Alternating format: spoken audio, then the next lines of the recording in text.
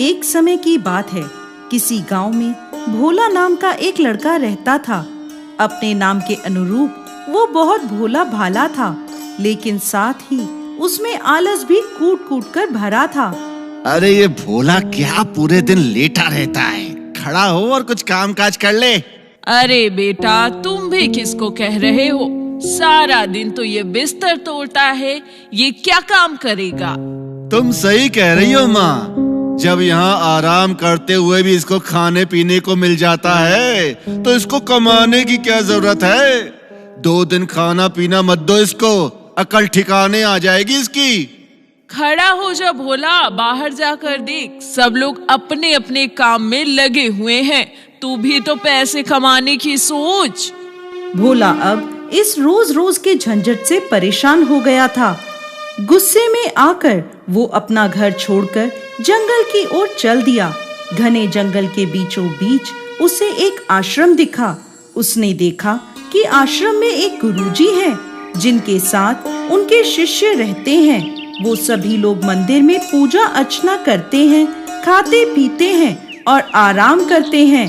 तो वो मन ही मन सोचने लगा, हाँ, ये जगह रहने के लिए बिल्कुल सही है। यहाँ कोई काम दाम तो करना ही नहीं है, बस आराम करना है और पूजा करनी है। पूजा तो मैं कर ही लूंगा। ऐसा सोचकर भोला उन गुरुजी के पास गया और बोला, प्रणाम गुरुजी, मैं दूर गांव से आया हूँ। क्या मैं आपके साथ यहाँ पर आपके आश्रम में रह सकता हूँ? हाँ हाँ, क्यों नहीं, तुम हमारे साथ अवश्य रह सकते हो। लेकिन एक समस्या है गुरुजी, मैं कोई काम नहीं कर सकता। काम करने की सोचते ही मुझे आलस्य आ जाता है। कोई बात नहीं, वैसे भी यहाँ कोई काम नहीं करना है, बस पूजा पाठ ही करना है। हाँ हाँ गुरुजी, पूजा पाठ तो मैं आराम से कर लूंगा। अब भोला उस आश्रम में रहने लगा। सुबह उठता, पूजा पाठ करता, पेट भर खाना खाता और पूरा दिन आराम करता। माँ और भाई ने तो मेरा जीना ही दुश्वार कर रखा था। कहते थे बिना मेहनत करे 2 वक्त की रोटी नहीं मिलती। अब कोई उन्हें जाकर बताए कि कैसे मैं बिना मेहनत किए ही पेट भर भोजन करता हूँ। समय पर भोला को भोजन मिल जाता था। वो आश्रम में आराम की जिंदगी जी रहा था, इसलिए पूजा पाठ बड़ी मेहनत और लगन के साथ करता था। एक दिन पूजा पाठ भजन कीर्तन करके भोला रसोई घर में भोजन करने गया तो देखता है कि आज तो भोजन की कोई तैयारी नहीं हुई। वो दौड़ा दौड़ा गुरुजी के पास गया। गुरुजी, आज भोजन नहीं बनेगा क्या? नहीं भोला, आज एकादशी है। आश्रम में सभी एकादशी का व्रत रखते हैं, इसलिए आज आश्रम में भोजन नहीं बनेगा। तुम भी एकादशी का व्रत रख लो। नहीं नहीं गुरुजी, मुझसे ये व्रत नहीं होगा। मैं भूखा नहीं रह सकता गुरुजी। यदि मैं भूखा रहा तो कल का सूरज भी नहीं देख पाऊंगा। मुझे बहुत भूख लगी है गुरुजी। ठीक है भोला, अगर ऐसा है तो तुम अपना भोजन स्वयं बना लो। आश्रम में कोई भी तुम्हारे लिए भोजन नहीं बनाएगा। ये सुनकर भोला सोचने लगा, कोई बात नहीं, आज एक दिन मैं अपने हाथ से ही बनाकर भोजन कर लेता हूँ। ठीक है गुरुजी, मैं अपना भोजन स्वयं ही बना लूंगा।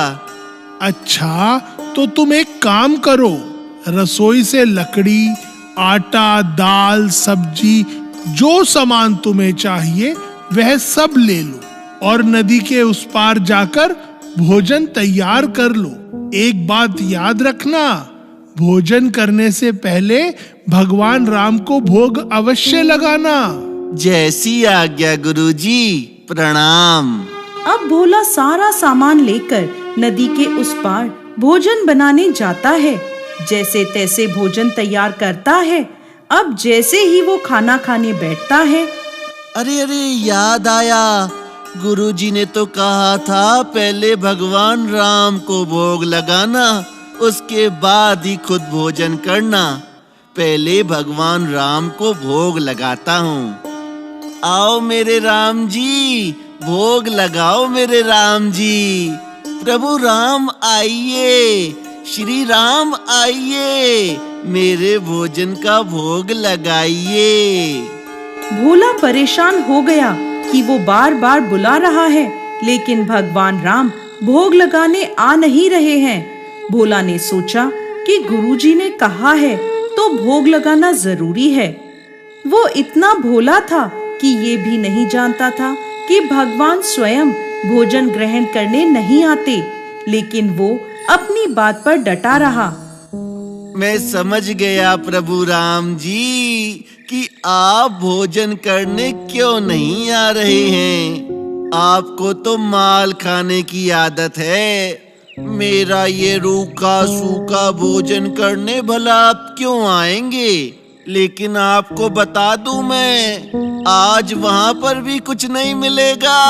वहाँ तो सबका एकादशी का व्रत है। अगर भूख लगी है तो यहाँ आकर यह भोजन ही कर लीजिए, वरना तो भूखा ही रहना पड़ेगा।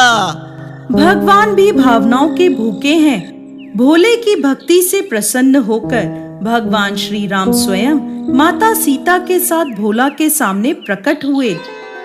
अरे गुरुजी ने तो कहा था भगवान राम को भोग लगाना। मैंने तो केवल 2 ही लोगों का खाना बनाया है। यह भगवान राम तो माता सीता को भी साथ ले आए। अब क्या करूं? चलो आज इन दोनों को ही भोजन करा देता हूँ, मैं भूखा ही रह लूंगा। ऐसा सोचकर भोला ने भगवान राम को माता सीता के साथ बिठाकर भोजन करवा दिया। प्रभु, आपके इस भक्त ने तो बहुत स्वादिष्ट भोजन बनाया है। इसीलिए तो मैंने आपको यहाँ आने के लिए आग्रह किया था। प्रभु, आप लोगों को मेरे हाथ का भोजन पसंद आया, मुझे बहुत खुशी हुई। लेकिन प्रभु, मैंने भोजन पर तो सिर्फ आपको ही बुलाया था, लेकिन आप तो माता सीता को भी संग में ले आए। मैंने 2 ही लोगों का भोजन बनाया था, अब वह मैंने आप दोनों को करा दिया। मुझे तो आज भूखा ही रहना पड़ेगा।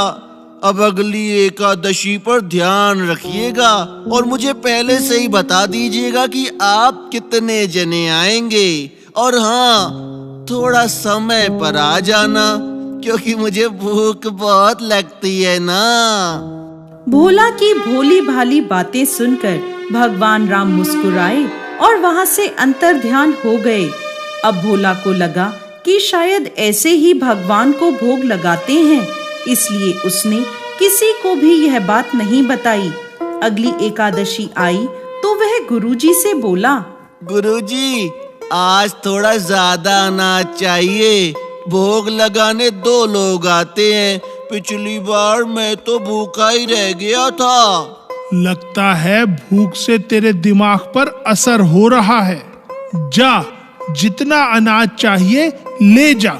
इस बार भोग लगाने भगवान राम, माता सीता अपने साथ लक्ष्मण जी को और हनुमान जी को लेकर आए। उन्हें देखते ही भोले का सर चकरा गया। वो सोचने लगा, अरे ये क्या, एक को बुलाता हूँ तो 2 आ जाते हैं, 2 को बुलाता हूँ तो पूरा खानदान साथ में लेकर आ जाते हैं। लगता है आज भी भूखा ही रहना पड़ेगा। अब अगली एकादशी आई तो भोला गुरुजी से बोला, गुरुजी, मुझे और ज्यादा अनाज चाहिए। ये आपके भगवान राम अकेले तो आते नहीं हैं और पहले से भी नहीं बताते हैं कि कितने लोगों को साथ में लाएंगे। यह भोला हर बार मुझसे अनाज ज्यादा लेकर जाता है, कहीं बाजार में बेचता तो नहीं है, देखना पड़ेगा। ठीक है भोला, ठीक है, तुम्हें जितना अनाज चाहिए भंडार से ले जाओ। अनाज लेकर भोला नदी पार भोजन बनाने पहुंचता है। इस बार गुरुजी उसके पीछे पीछे वहां आ जाते हैं और छुपकर देखने लगते हैं। अब भोला सोचता है,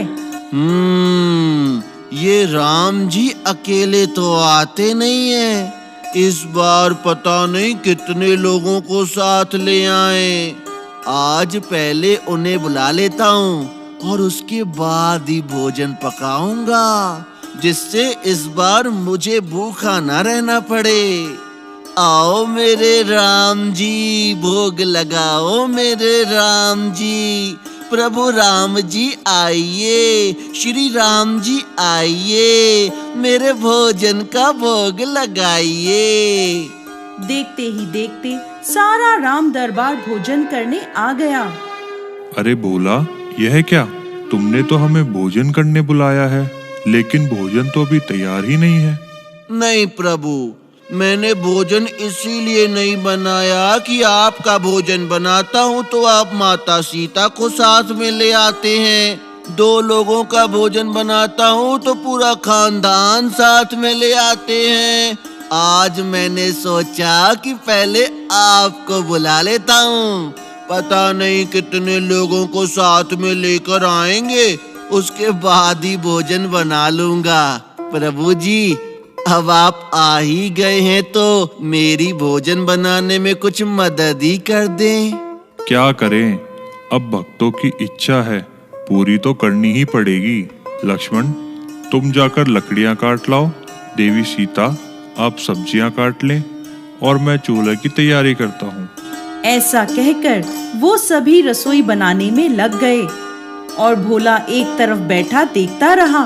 तभी गुरुजी उसके पास आए और बोले, क्या बात है भोला, तुम ऐसे चुपचाप क्यों बैठे हो? अनाज भी सारा ऐसे ही रखा है, भोजन बनाते क्यों नहीं? देखा गुरुजी, मैंने आपको कहा था ना कि ज्यादा अनाज दीजिए। अब ये प्रभु राम भोजन बनाकर तैयार कर रहे हैं। भोला, यहाँ तो तुम्हारे अलावा कोई और है ही नहीं। प्रभु राम, आप गुरुजी को क्यों नहीं दिख रहे हैं? भोला, तुम्हारे गुरुजी मुझे नहीं देख सकते। लेकिन प्रभु, गुरुजी तो बहुत ज्ञानी है, बहुत ही विद्वान है, सदैव पूजा अर्चना भी करते रहते हैं, फिर भला आप उन्हें क्यों नहीं दिख रहे? माना कि गुरुजी बड़े हैं, लेकिन वह सरल नहीं हैं तुम्हारी तरह, इसीलिए मैं उन्हें नहीं दिख सकता। सही कह रहे हो भोला तुम। मैंने सारी विद्याएं पाली, लेकिन तुम्हारी तरह मन की सरलता नहीं पाई। हे प्रभु श्री राम, मेरी आपसे यही विनती है प्रभु, मुझे अपने दर्शन देकर कृतार्थ करें प्रभु, कृतार्थ करें। तभी प्रभु श्री राम गुरुजी के सामने प्रकट हो गए और गुरुजी को भी दर्शन दिए। इस तरह एक भक्त के कहने पर भगवान श्री राम ने रसोई भी बनाई। जय श्री राम।